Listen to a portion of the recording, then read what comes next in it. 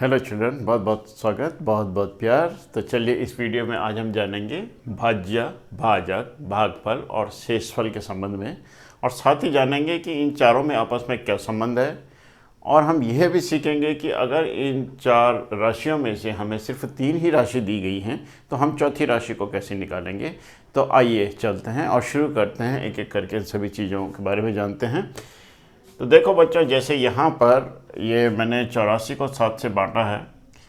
तो अब यहाँ पर आप ये देखिए कि हम जिस संख्या से बांटते हैं, जैसे यहाँ पर मैं 84 को 7 से बांट रहा हूँ, तो जिस संख्या से बांटते हैं उसे कहते हैं भाजक।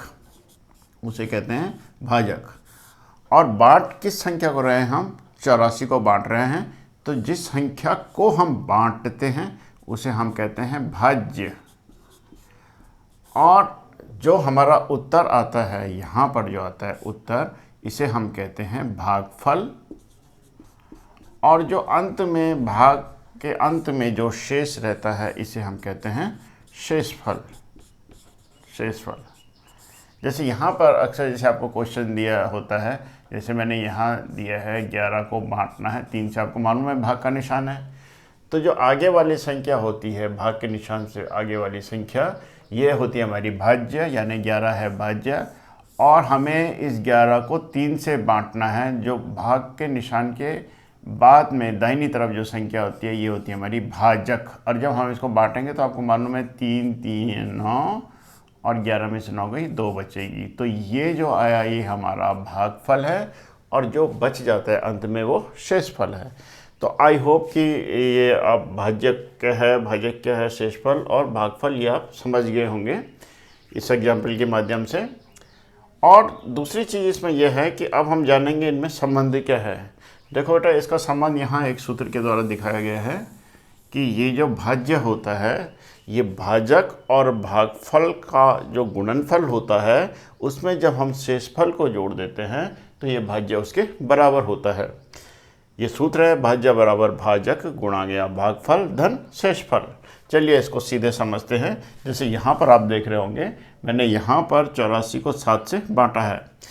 तो और यहाँ पर जो हमारा ये है भाज्य है, यानी कितना है 84। तो आप ये देखिए, जो भाज्य है यानी जो 84, यहाँ पर इस एग्जाम्पल को ले रहा हूँ मैं, ये भाज्य है 84, ठीक है। और यहाँ पर ये भाजक है हमारे पास 7, तो ये मैं यहाँ पर लिख देता हूँ, ये भाज्य है 84 और भाजक है 7, जिससे हम बांट रहे हैं।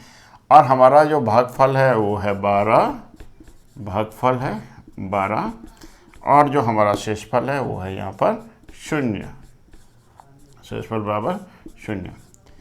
अब देखो बच्चों, इनमें क्या संबंध होता है। ये जो यहाँ पे जैसे बताया है, जो भाज्य है यानी जो 84 है, वह जो है भाजक और भागफल का गुणनफल, पहले देखेंगे हम कितना है भाजक और भागफल का गुणनफल। यानी भाजक है हमारे पास 7 और भागफल है हमारे पास 12। और तब इसमें अगर हम शेषफल को जोड़ें, यहाँ पर शेषफल है 0। अब देखिए ये दोनों बराबर होते हैं, देखिए 12 7 84 और 84। तो अगर शेषफल 0 है, तो जो भाज्य होगा वो भाजक और भागफल के गुणनफल के बराबर होगा, अगर शेषफल 0 है तो आप समझ गए होंगे कि किसी भी अगर कोई भाग का प्रश्न है, उसमें शेषफल 0 है, तो जो भाज्य होगा वो भाजक और भागफल के गुणनफल के बराबर होगा। दूसरी कंडीशन ये है, जैसे यहाँ पर आप देखिए, मैंने यहाँ पे 96 को 9 से बांटा है, और 10 बार बढ़ता है ये 96 9 से, और इसमें शेषफल रहता है 6, क्योंकि 96 9 से पूरा नहीं बढ़ता, इसलिए इसमें शेषफल है 6। तो अगर यहाँ की इस वाले प्रश्न की बात करें तो इसका भाज्य है 96, तो ये जो 96 है भाज्य, ये किसके बराबर होगा? भागफल गुणा ये भाजक गुणा गया भागफल, यानी 9 गुणा गया 10, और धन शेषफल, यहाँ पे शेषफल है इसलिए यहाँ पर ये शेषफल को जोड़ लेंगे। अब आप यहाँ पे देखिए 90, 10 9 90, और ये 6, 90 धन 6, ये हो गया 96, जो कि इसके बराबर है, भाज्य के बराबर है। तो इस तरह से अगर शेषफल है तो जो भाज्य होगा वो भागफल गुणा गया भाजक, और इनके गुणनफल में जब हम शेषफल जोड़ेंगे तब ये जाकर भाज्य के बराबर होगा। तो आई होप कि ये रिलेशन आप समझ गए होंगे कि भाजक, भागफल, शेषफल और भाज्य में क्या संबंध है। अब देखो बच्चों, कभी कभी क्या होता है क्वेश्चन में कि आपको इन 4 में से 3 राशियां तो दी होती हैं और चौथी राशि आपको निकालनी होती है। देखिए, अगर आपको ये भाजक, भागफल, शेषफल दिया है तो भाज्य तो बहुत आराम से निकाल सकते हैं आप, ठीक है। या हम इसको चलिए सीख लेते हैं कि भाज्य को कैसे निकालेंगे। अगर आपको यहाँ पर भाजक, भागफल और शेषफल दिए हैं और भाज्य नहीं दिए, ठीक है। माना देखिए यहाँ पर ये 84 नहीं दिए, आप इसी एग्जाम्पल से मैं आपको समझाता हूँ। आपको ये 84 नहीं दिया हुआ है और आपको ये दिया हुआ है यहाँ पर कि ये जो है आपको दे रखा है कि भाजक 7 है, भाजक 7 दे रखा है आपको, और भागफल दे रखा है आपको 12, भागफल दिया है आपको 12, और शेषफल दिया है आपको 0, यानी शेषफल नहीं है, शेषफल 0 है।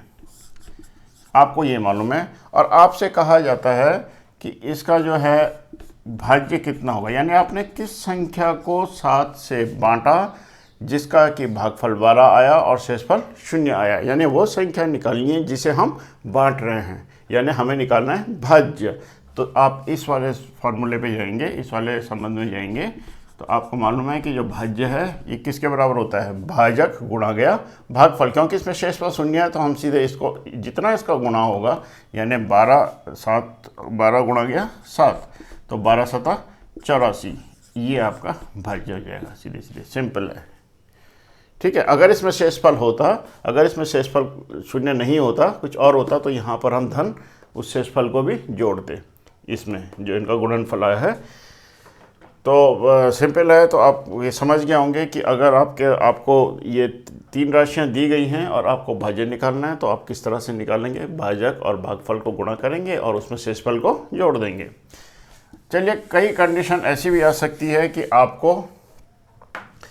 आपको ये शेषफल निकालना है और आपको ये 3 राशियाँ दी हुई हैं, ठीक है। जैसे मैं इस एग्जाम्पल में ले लेता हूँ, आपको ये नहीं दिया हुआ है, आपको शेषफल नहीं दिया हुआ है और आपको ये तीनों राशियाँ दी हुई हैं, ये 9 है, ये 96, ये 10 है और आपको शेषफल नहीं मालूम है।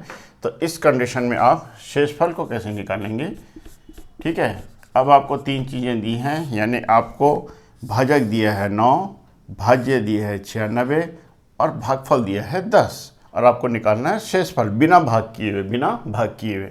तो शेषफल के लिए ये देखिए सूत्र है कि शेषफल के लिए क्या है, भाज्य आपके पास 96, और इसमें से आप घटाएंगे भाजक और भागफल का गुणनफल। देखिए, भाजक और भागफल का गुणनफल, यानी भाजक है आपके पास 9 और भागफल है आपके पास 10, तो आप 96 में से इन दोनों का गुणनफल घटा देंगे, तो 96 ऋण और 10 9 90, तो 96 में से 90 ये 6। देखिए, आपका ये सिंपल सा आपका शेषफल यहाँ पर आपको प्राप्त हो जाएगा। तो आपको याद रखना है कि जब आपको ये 3 राशियाँ दी हैं, यानी आपको भाज्य, भाजक और भागफल दिए हैं, तो शेषफल को निकालने के लिए आप भाज्य में से भाजक और भागफल के जो गुणनफल आएगा उसको घटा देंगे। इसी प्रकार कभी कभी किसी प्रश्न में क्या होता है कि आपको भाजक नहीं दिया हुआ है, जैसे माना यहाँ पे 9 नहीं दिया हुआ है, आप ये मान लीजिए, आपको ये मालूम नहीं है कि हमने किस संख्या से बांटा है। आपको ये तो मालूम है कि भाज्य 96 है, यानी जिस संख्या को हम बांट रहे हैं वो 96 है। आपको ये भी दिया गया है कि भागफल यानी 96 को किसी संख्या से बांटने पर उसका जो भागफल है वो 10 आ रहा है, और आपको ये भी मालूम है कि उसका शेषफल 6 है, लेकिन आपको ये नहीं मालूम कि किस संख्या से उसको बांटा जा रहा है, यानी आपको भाजक निकालना है। तो प्रश्न कई बार इस रूप में होता है जिसमें दिया होता है कि 96 को किसी संख्या से बांटने पर भागफल 10 आता है और शेषफल 6 आता है, तो वह संख्या बताइए जिससे कि 96 को बांटा जा रहा है। तो सिंपल उसके लिए आप ये वाला सूत्र, क्योंकि आपको भाजक निकालना है तो आप इस सूत्र का इस्तेमाल करेंगे।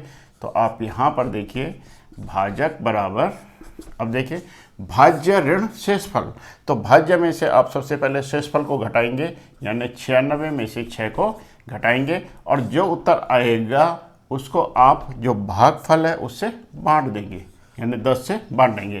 तो आप देखिए 96 में से 6 गया 90, और 90 को आप बांटेंगे 10 से, और 90 को जब 10 से बांटेंगे तो आंसर आएगा आपका 9। तो इस तरह से आपको ये प्राप्त हो जाएगा कि ये 96 को हमने 9 से बांटा, तभी उसका भागफल 10 आया और शेषफल 6 आया। तो आई होप बच्चों कि ये आप सीख गए होंगे कि अगर इन 4 राशियों में से कोई भी 3 राशि आपको दी है तो चौथी राशि को आप बहुत आसानी से निकाल लेंगे। So it's okay.